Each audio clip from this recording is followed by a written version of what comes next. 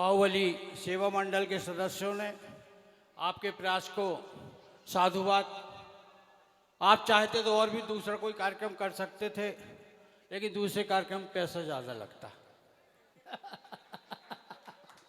शानदार दादा। समृद्ध मंच को प्रणाम करता हूं। इस मंच पर ललितपुर की दो हस्तियां ऐसी विराजमान हैं। एक ने जैन जगत में सर्वाधिक संयोजन और संचालन का गौरव प्राप्त किया, हमारे वीरेंद्र विद्रोही जी, और दूसरे एक ऐसे लाडले मेरे अनुज पंकज अंगार जी, जिन्होंने पूरे देश में नहीं चैनलों के माध्यम से विदेश में भी ख्याति प्राप्त की है। आज इनकी जन्मभूमि पर खड़े होने का सौभाग्य मुझे मिला। मैं मंच को प्रणाम करता हूं, आप सबकी उपस्थिति को प्रणाम करता हूं। स्वागत है दादा। महिलाओं की उपस्थिति को 2 बार प्रणाम करता हूं। महिलाओं को 2 बार इसलिए प्रणाम कर रहा हूं, मैं मध्य प्रदेश से आया, बुंदेलखंड क्षेत्र से। मेरे यहाँ महिलाओं की आदत है, 2 भी बैठी होंगी आपस में गचपच करेंगी, चुप नहीं बैठती।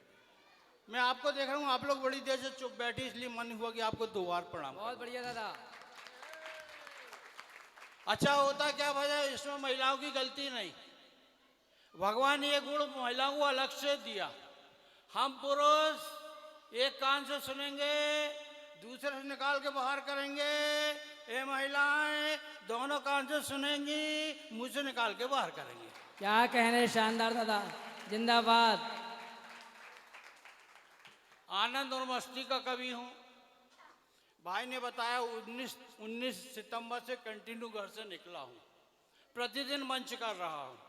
थकान भी है सफर की, और अब शरीर भी साथ नहीं देता, लेकिन भाई का निवेदन था कि भैया आप हाथरस आगरा के कार्यक्रमों से लौट रहे हैं, रास्ते में मेरा नगर है, तो मैंने कहा ये तो मेरा सौभाग्य पंकज जी, और आपके नगर में आ रहा हूँ तो ये तो सौभाग्य है। तो मैंने आज का ये मंच लिया। निश्चित तौर पर बात जहाँ अच्छी लगे, सच्ची लगे, ताली बजा के आशीर्वाद देना मित्रों। आज मैं पैसे के लिए नहीं आया। ये भाई ने मुझे फोन लगाया, मुकेश भैया कहाँ हो? मैंने कहा हाथरस में हूँ। बोले क्या हो रहा? मैंने कहा कवि सम्मेलन के मंच पे जाने की तैयारी कर रहा हूँ। बोले भैया 5 तारीख को ललितपुर आ सकते हो क्या? मैंने कहा वहाँ क्या? बोले विधान का समापन और एक कवि सम्मेलन रखा बाहुबली मंडल के सदस्यों। मैंने कहा आ जाऊँगा। बोले भैया पेमेंट क्या लोगे? अरे मैंने कहा देखो यार, आप अपनी जन्मभूमि पंकज जी की जन्मभूमि में बुला रहे हैं, यहाँ पेमेंट की बात मत करो। नहीं भैया, बोले हमको बाहुबली मंडल सदस्यों को बताना पड़ेगा किस कवि ने कितना पैसे लिया, आप हमें पेमेंट बता दो। मुझे वजह पेमेंट बताना अच्छा नहीं लगा। अपने वालों के बीच में क्या पेमेंट बताऊं? मैंने इनसे पूछा कौन कौन आ रहा है, इन्हें पूरी लिस्ट थमा दी। मैंने कहा संजय पांडे भी आ रहा है क्या? बोले आ रहा है। मैंने कहा इतना बड़ा कवि यार जो टीवी पे छाया रहता है, इतना बड़ा व्यंग्यकार आ रहा है, इसने पैसे ज्यादा लिया होगा। मैंने वैसे ही कह दिया ये संजय पांडे जी जितने में आ रहा है उससे 2000 कम दे देना। बोले आप तो चले आओ। यहाँ के मालूम पड़ा संजय पांडे 2000 में आया। भाई साहब अपनी तो कहीं भैंस पानी में, लेकिन भाई साहब कोई चिंता नहीं। घर जाओ, पत्नी पहले पैसे छुड़ाती, बाद में पीने का पानी देती, ये तय बात है। और आपका आशीर्वाद अपन से आज तक कोई नहीं छोड़ा पाया। आप लोग तालियां बजा के आशीर्वाद देंगे ना भाई साहब, यही बस अपने को समझ में आ गई, अपन जिंदगी घर जाएंगे। वो हमारी पत्नी बड़ी सदमे में रहती, बोले जा तो रहे, ताली नहीं मिलेगी, निपट जाओगे। अरे मैंने कहा तू तो ऐसे ही समझती सदैव। अरे मैं ऐसे लोगों के बीच जाता नहीं जहाँ ताली नहीं बजती हो। मैं तो भाई साहब जिंदा दिली लोगों के बीच। स्वागत है दादा। क्योंकि भाई साहब किसी ने कहा है जिसकी मस्ती जिंदा, जिसकी मस्ती जिंदा उसकी हस्ती जिंदा। क्या कहने, जिंदाबाद दादा। जिसकी मस्ती जिंदा उसकी हस्ती जिंदा, और जिसकी ना मस्ती जिंदा ना हस्ती जिंदा, वो जबरदस्ती जिंदा। जिंदाबाद दादा। सर लगना चाहिए कि आज अपन ललितपुर में आए। छोटी छोटी बातें करता मैं जब यहाँ आया, हमारे ऋषभ जी हमसे संपर्क में आया, अभिनव जी आए, बाहुबली मंडल के सदस्य, बहुत से लोगों ने हमारा बड़ा स्वागत सत्कार किया। ये सब पूछने लगे दादा भोजन? मैंने कहा नहीं। बोले घर पे बनवा लेते, बढ़िया बनवा लेते। मैंने कहा नहीं। बोले कैसा करोगे? मैंने कहा आप कितने खिलाओगे, अपना पेट नहीं भरेगा। बोले कैसा करते दादा? ललितपुर में आके ऐसा बोल रहा। मैंने कहा बोलना पड़ता है। हालांकि भाई ने बढ़िया होटल में जाकर वो भोजन करवाया भी है भाई ने। हमने खाया भी भाई साहब, लेकिन भाई साहब पेट नहीं भरा अपना। अब मैं पेट कैसे भरता है, आपको दो पंक्तियां चाहता हम लोग। स्वागत है दादा। कभी रोटी नहीं खाता, कभी रोटी नहीं खाता, तालियों से पेट भर जाता आहा, है। जिंदाबाद।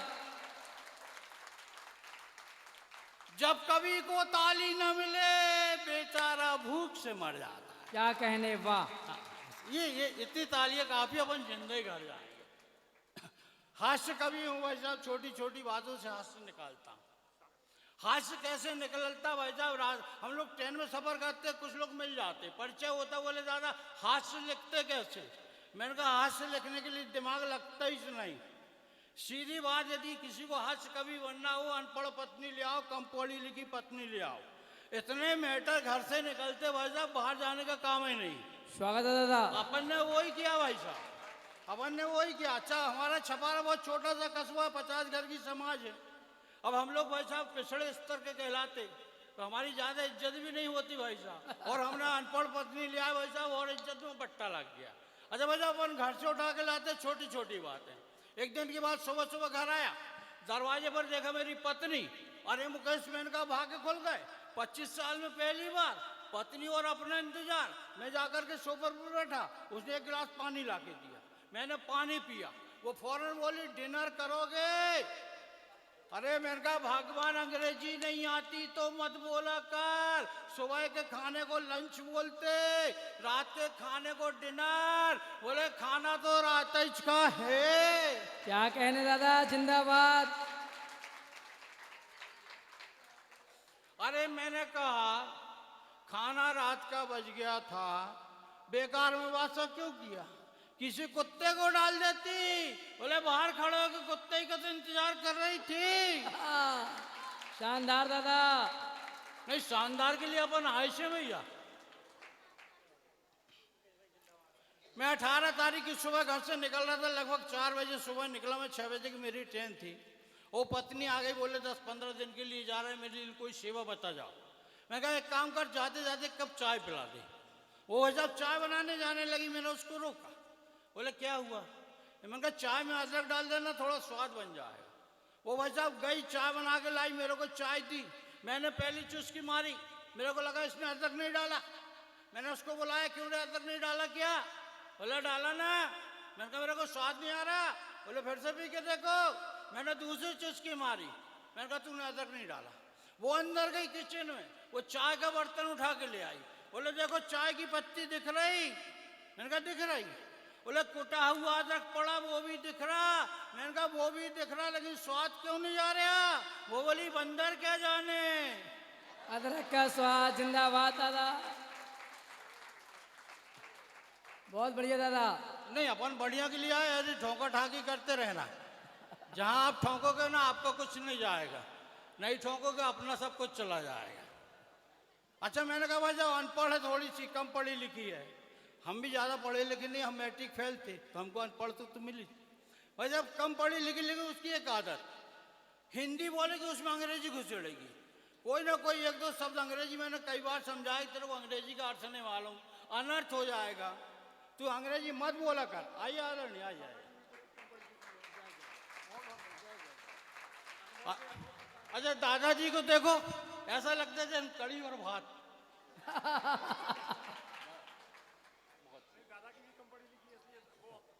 दादाजी ने आपके पास भी कम पढ़ी लिखी ही बोल रहे हैं। दादाजी ने अपने साड़ू भाई को पहचान लिया है। हाँ। तुरंत आकर दादाजी ने माला पहनाई है। दादाजी के सम्मान में जोरदार ताली दीजिएगा, पड़ेगा मनमौजी जी। भैया साड़ू भाई को मतलब जानते, बिल्कुल। एक ही कंपनी का रिजेक्ट माल 2 लोगों को बेचा जाए, वो साड़ू भाई है। मैं कह रहा था भाई साहब, मैं उसको कई बार बोलते थे को अंग्रेजी नहीं आती, मत बोला कर, मेरी इज्जत खराब हो। नहीं मानती भाई साहब। एक दिन कुछ मेहमान आए, मैंने उसको आवाज़ लगाई, वो किचन में भोजन बना रही थी, उसने वहीं से पूछ लिया क्या चाहिए। मैंने कहा चाय बनाना। थोड़ी देर बाद भाई साहब एक प्लेट में 2 चाय और 2 केले लेके आ गई। मैंने दिमाग पीट लिया। अरे मैंने कहा चाय के साथ बिस्कुट लाती, पकोड़े लाती, नमकीन लाती, तू केले लेके क्यों आ गई? बोले आपने जो मांगा वो लाया। मैंने कहा मैंने क्या मांगा था? बोले मैंने पूछा था ना क्या चाहिए, आपने कहा था चाय बनाना, ये रही चाय। ये रहे बनाना।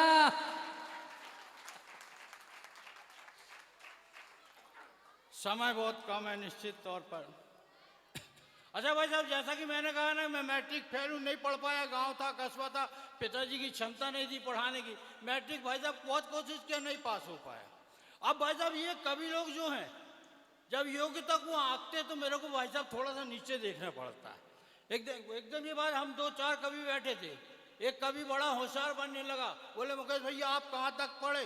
मैंने कहा मैट्रिक फेल। वो चुपचाप बैठ गया भाई साहब, कंप्यूटर में कुछ खेलने लगा। मैंने झांक के देखा, बोले मुकेश भैया तुम यहाँ दिमाग मत लगाओ। मैंने कहा क्यों? बोले तुमको अकल कितनी, पढ़े लिखे कितने, जनरल नॉलेज कुछ नहीं।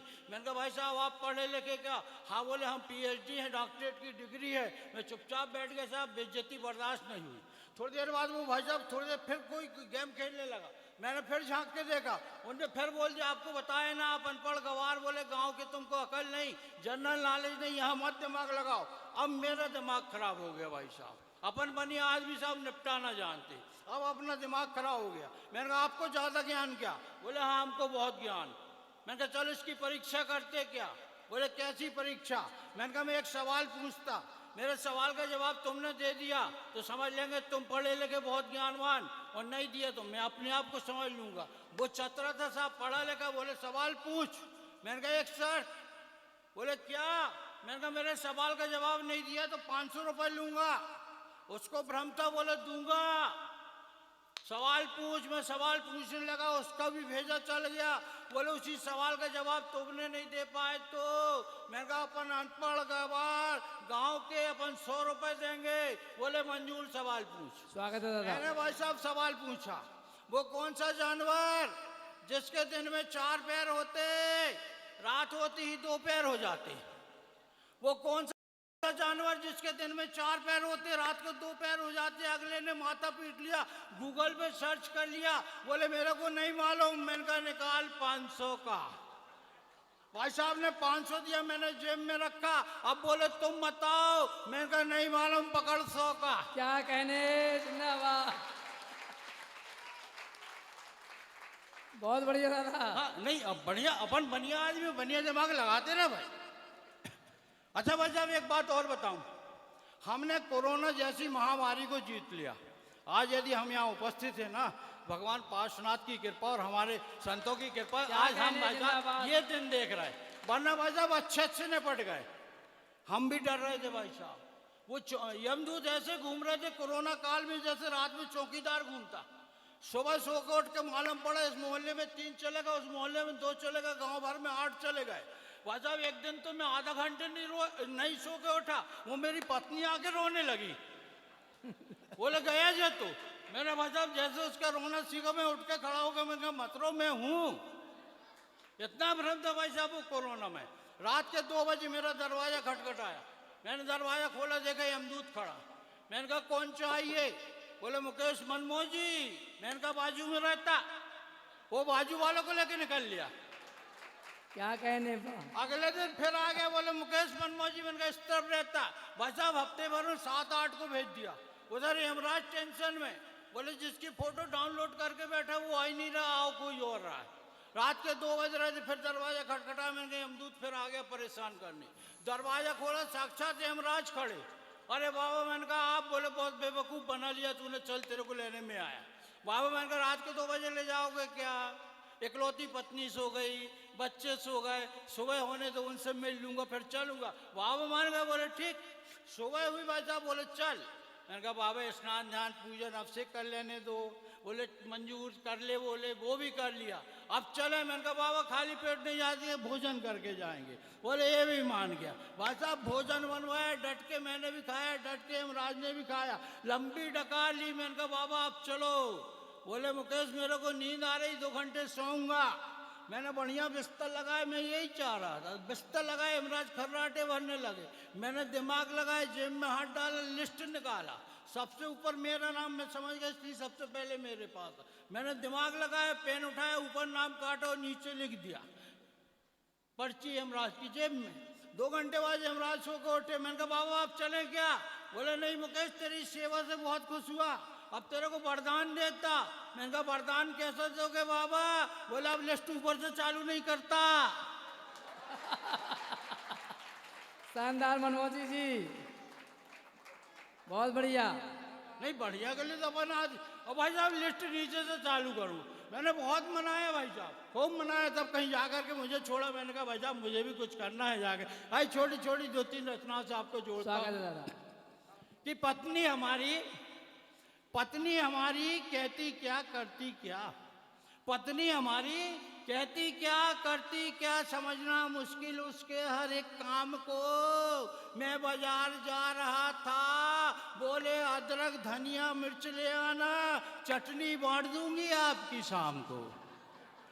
पत्नी हमारी करती क्या कहती क्या, समझना मुश्किल उसके हर एक काम को। बोली बाजार जा रहे हो, शानदार दादा। ले आना चटनी बांटूंगी आपकी शाम को। कि पत्नी ने हमारी भोजन की थाली में खीर परोसा। क्या बात पत्नी है। ने हमारी भोजन की थाली में खीर परोसा, परोसा। हुआ नहीं मुझे भरोसा।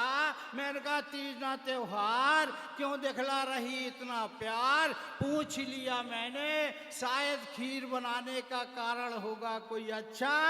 बोले दूध में गिर के मर गए थे चूहे का बच्चा। मित्रों बहुत अच्छा सुन रहे हैं आप। एक बात बताऊं, मैंने अपने जीवन में कवि सम्मेलन जो भी पैसा मिलता है, मैं अपने 2 बच्चों का पालन पोषण करता हूँ। 30 साल हो गए, और वो पैसे की राशि सबसे पहले बच्चों के लिए लगाता हूँ। आप चाहते एक बार ताली बजा के कि मुझे, ये बात अलग है, वो बच्चे मेरे ही हैं। एक छोटी रचना भाई साहब, ये बड़े बड़े नाम आपके देश के ख्याति प्राप्त नाम, 2 देश के ख्याति प्राप्त आपके नगर के। ये बड़े बड़े नाम भाई साहब राष्ट्रीय कवि का होता है इनके पास। अपन क्या भाई साहब एक छोटी सी कविता लेकर के अपन विश्राम करेंगे। ये सब राष्ट्रीय कवि, ये सब राष्ट्रीय कवि, अपन अंतरराष्ट्रीय कवि। क्या बात है दादा। ये सब राष्ट्रीय कवि, अपन अंतरराष्ट्रीय कवि। अंतरराष्ट्रीय इसलिए इनमें और अपन में बहुत अंतर है। अंतरराष्ट्रीय इसलिए इनमें और अपन में बहुत अंतर है। ये अच्छा लिखते, अच्छा दिखते, अपन अच्छा लिखते ना अच्छा दिखते। ये अच्छा लिखते, अच्छा दिखते, अपन अच्छा लिखते ना अच्छा दिखते। ये सब जबरदस्त कवि, अपन जबरदस्ती कवि। शानदार दादा। ये सब जबरदस्त कवि, अपन जबरदस्ती कवि। ये सब बुद्धिजीवी साहित्य के शिखर पर चढ़ गए। अपन बुद्धिजीवी इसलिए अपनी बुद्धि में जीव पड़ गए। अपन बुद्धिजीवी इसलिए अपनी बुद्धि में जीव पड़ गए। क्या और कहने लगा? ये सब धमाकेदार बारूदी बम के गोले, ये बैठे बजा पूरे देश में फटते। ये सब धमाकेदार बारूदी बम के गोले, अपन कांच के कंचा। ये सब धमाकेदार बारूदी बम के गोले, अपन कांच के कंचा। ये तोपें बड़ी बड़ी, अपन दिवाली के तमंचा। क्या कहने। ये शानदार तोपें दादा। बड़ी बड़ी, ये तोपें बड़ी बड़ी, अपन दिवाली के तमंचा। और ये सब 2-2 हजार के नोट, ये सब 2-2 हजार के नोट आधी रात को हो जाते बंद। अपन 10 के नोट सदाबहार, सबकी पसंद। अपन 10 के नोट सदाबहार, सबकी पसंद। हो गया।